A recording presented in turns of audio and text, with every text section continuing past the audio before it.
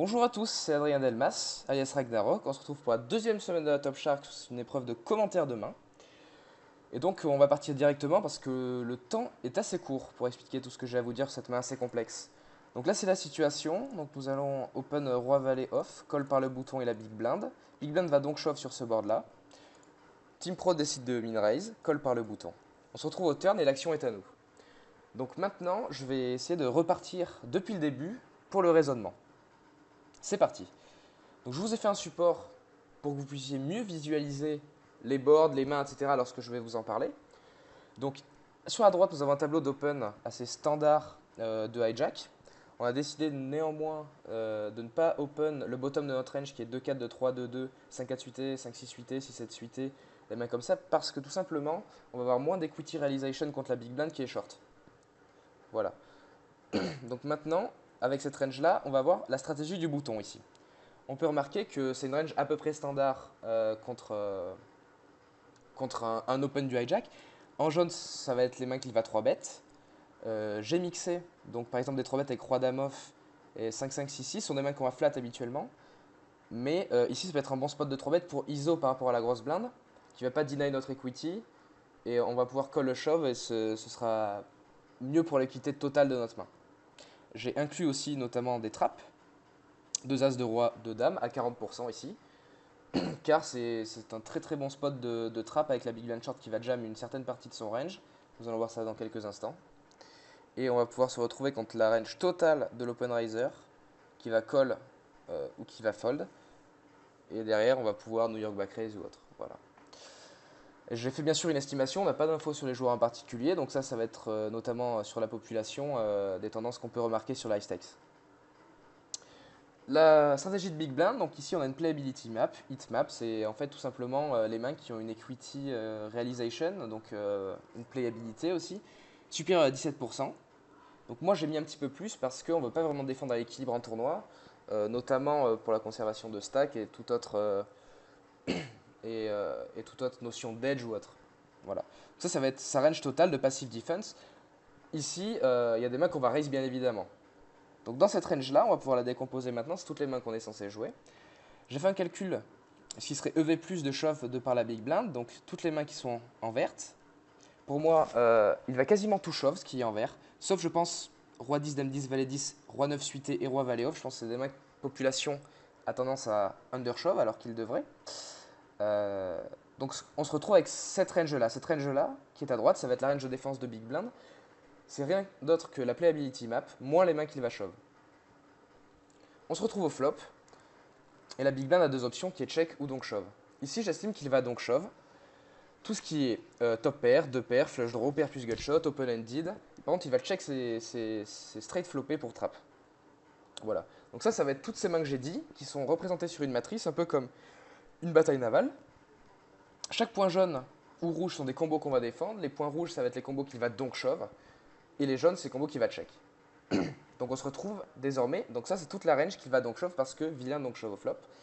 Donc cette range là et cette range là qu'on a calculé comme je l'ai expliqué précédemment. Donc shove et maintenant c'est à notre tour de prendre une décision. Qu'est-ce qu'on fait? Ici ça paraît intuitif de continuer l'action vu les codes du pot et notre main. Pas besoin de faire de calcul je pense, c'est assez intuitif comme ça. On a alors désormais le choix entre call ou raise. On exclut le fold qui va générer une levée négative.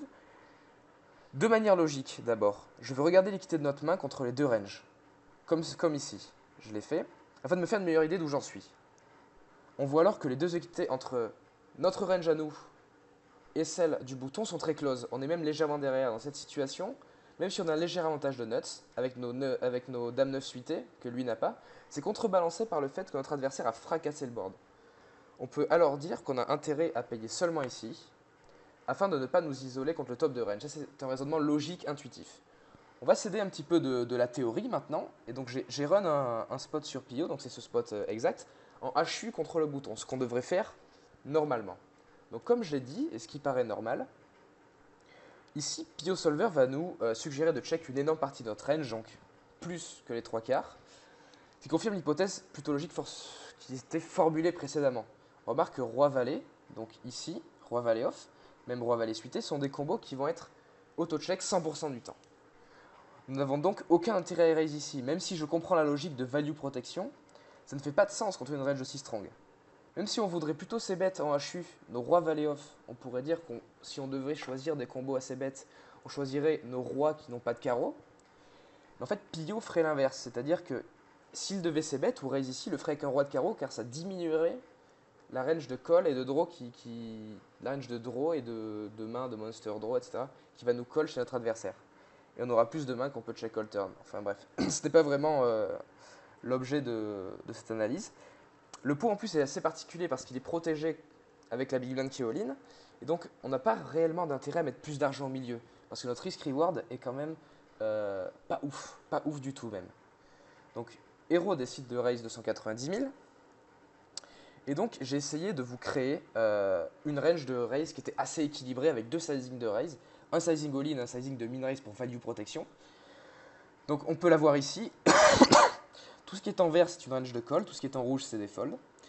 Tout ce qui est en mauve clair c'est une range de shove, donc ça va inclure des deux paires et des monster draw. Et donc vous pouvez vous la visualiser ici. Si vous voulez, faites arrêt sur les vidéos sur les ranges pour mieux comprendre parce que le temps est limité dans cette analyse et j'ai beaucoup de choses à vous dire, donc je dois passer rapidement dessus. Tout est expliqué, notamment ici. Donc maintenant, quelle va être l'action du bouton versus notre raise? Donc je pense qu'il va call tout ce qui est top pair, deuxième paire gutshot, tous les flush draws, toutes ces sortes de draws, tous ces brelans, toutes ces deux paires. Je pense qu'il va pas raise il va quasiment rien raise au flop à part ses monster draws. Il pourrait peut-être raise de 8 ou valet 10, mais j'ai estimé qu'il allait call une énorme partie de son range ici, quasiment tout, de son range de call, qui allait continuer. On peut voir notamment ici qu'il continue avec 64% de son range, et 2,5% du temps, de monster draw, il va shove en plus. Ce qui fait qu'au final, on n'a pas vraiment de FE contre notre adversaire, et les seules mains qu'on va réussir à faire fold, ce sont des ace-high et king-high ou des paires que l'on domine. On s'isole contre le top de range et c'est généralement ce qu'on ne veut pas faire dans des pots protégés. Donc maintenant, on arrive au turn, qui est un 10 de cœur. Nous avons désormais deux décisions possibles. On peut soit check, soit bet. Ici, en théorie, contre la range du bouton, on devrait check 100%.